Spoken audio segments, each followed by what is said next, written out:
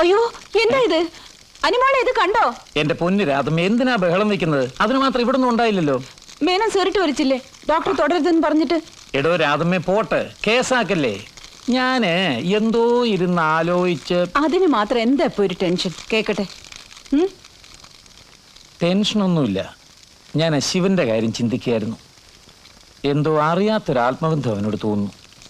ശരിയാട്ടോ, ആദ്യം കാഴ്ചക്ക് ഇത്തിരി മൊശടനാണെന്ന് തോന്നിയെങ്കിലും കഥയൊക്കെ കേട്ടപ്പോ നമ്മുടെയൊക്കെ തറവാട്ടിലുള്ള ഏതോ കുട്ടിയാണെന്ന് തോന്നുന്നു. മീനാക്ഷി ഓപ്പുവിന്റെ മോൻ ചന്ദ്രനെ ഓർമ്മ വരുന്നത് ഒരു ചായയില്ലേ? എനിക്കങ്ങനല്ല തോന്നിയത്. നമ്മുടെ നല്ല പ്രായത്തിലൊരു മകൻ പിറന്നിരുന്നെങ്കിൽ ഇത്രയാവില്ലായിരുന്നു. എന്താ ഒന്ന് ഇരുണ്ടല്ലപ്പോഴേക്കും? നമ്മുടെ അനിമോളുള്ളപ്പോ എന്തിനാടോ ഈ ദുഃഖം? ഒരുപാട് മക്കളുടെ സ്നേഹം അവൾ നമുക്ക് തരുന്നില്ലേ?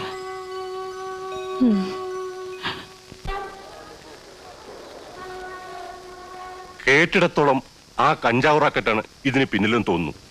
ദൊഡ്ഡപ്പെട്ടയുടെ ടോപ്പിലെവിടെയോ അവർക്കൊരു ഡെന്നുണ്ട്. 1-2 വട്ടം സെർച്ച് ചെയ്തിട്ടും യാതൊരു തുമ്പും കിട്ടിയിട്ടില്ല. അന്ന് രാത്രി ശിവന്റെ കാറ് പിന്തുടർന്നത് ഇവിടുത്തെ പോലീസല്ലേ? അല്ല, അത് സെൻട്രൽ എക്സൈസിന്റെ സ്പെഷ്യൽ സ്ക്വാഡ് ഞങ്ങളുടെ വെഹിക്കിൾ ഉപയോഗിച്ച് ഒരു അറ്റൻഡ് നടത്തിയതായിരുന്നു. എന്താ നിങ്ങളുടെ പരിപാടി?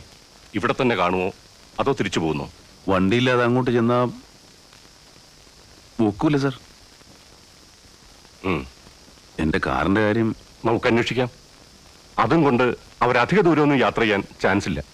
മിക്കവാറും വഴിയിൽ ഉപേക്ഷിച്ച് പോകാനാണ് സാധ്യത.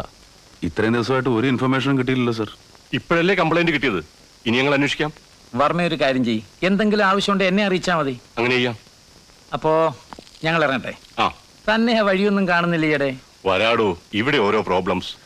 ശരി ശരി.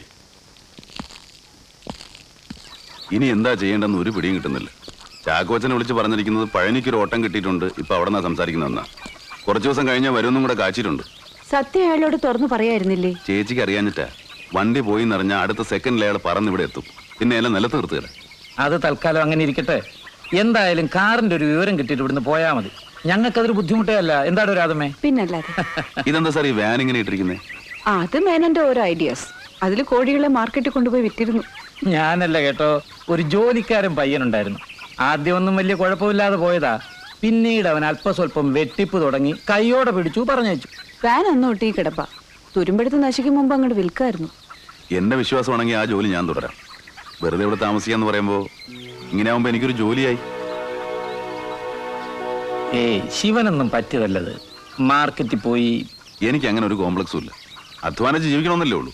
ഇതൊരു ക്രൈമൊന്നും അല്ലല്ലോ സാർ. എന്താ രാധമേ? ശിവന് കുഴപ്പമില്ലാന്ന് തോന്നുന്നുണ്ടെങ്കിൽ. അല്ല, ഞാൻ ആറ്റിറ്റ്യൂഡിനെ അപ്രീഷിയേറ്റ് ചെയ്യുന്നു. അനിമോൾ എവിടെ? ഇനി അവളോട് ചോദിച്ചില്ല എന്ന് വേണ്ട. മുറി അടച്ചിരിപ്പാ.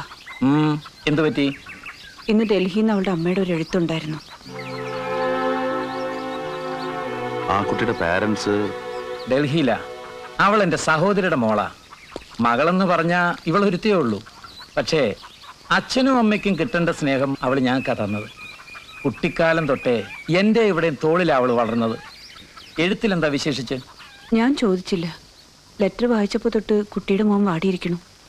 എത്രയും വേഗം തിരിച്ചെത്താനായിരിക്കും.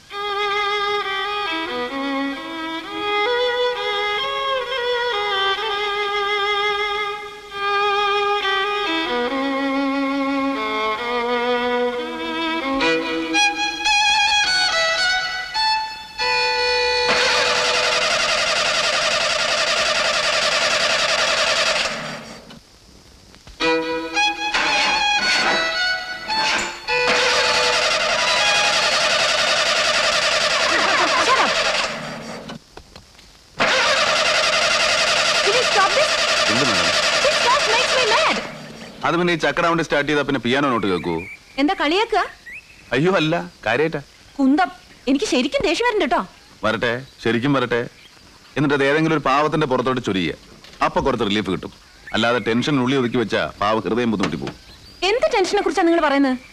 എന്തോ എഴുത്ത് വന്നെന്നോ പോകാനിട്ടവല്ലെന്നോ എന്നൊക്കെ ഞാനും കേട്ടു. ആയിക്കോട്ടെ, that's none of your business. Yes.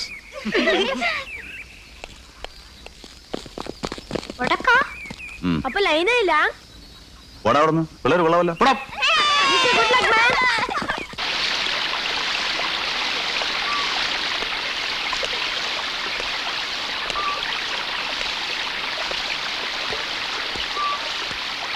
കുട്ടികൾ തിരിച്ചു പോയി, ഇന്ന് ക്ലാസ് ഇല്ലേ? ഇല്ല. എന്ത് പറ്റി, നല്ല മൂഡിലല്ലല്ലോ? അത് അറിഞ്ഞിട്ട് പിന്നെ എന്തിനാ ചോദിക്കുന്നത്? Leave me alone. ഏയ് അത് ശരിയല്ലല്ലോ. തനിച്ചാവുമ്പോ നമുക്ക് തോന്നും നമ്മളും നമ്മുടെ പ്രശ്നങ്ങളുമാണ് ഏറ്റവും വലുതെന്ന്. അതിനെ മറികടക്കാൻ പല വഴികളുണ്ട്. അനന്തകോടി നക്ഷത്രങ്ങളുടെയും ഗ്രഹങ്ങളുടെയും ഈ അറിയാ പ്രപഞ്ചത്തിൽ മനുഷ്യനും അവന്റെ നിസ്സാരങ്ങളായ വൈകാരിക പ്രശ്നങ്ങളും. പ്ലീസ്, നിങ്ങൾ നിർത്താമോ? വളരെ ഇൻട്രസ്റ്റിംഗ് ആയിട്ടുള്ള സബ്ജക്റ്റാണ്, ജീവിതത്തിന്റെ നിരർത്ഥകത. എനിക്ക് വയ്യ. എന്തേ? ശരി, അങ്ങോട്ട് കടക്കുന്നില്ല. പറയൂ, എന്താണ് അനിതയുടെ പ്രോബ്ലം? എവിടെയാണ് പിഴച്ചത്? നിങ്ങളോട് പറഞ്ഞിട്ട് എന്താ അതുകൊണ്ട് ഗുണം?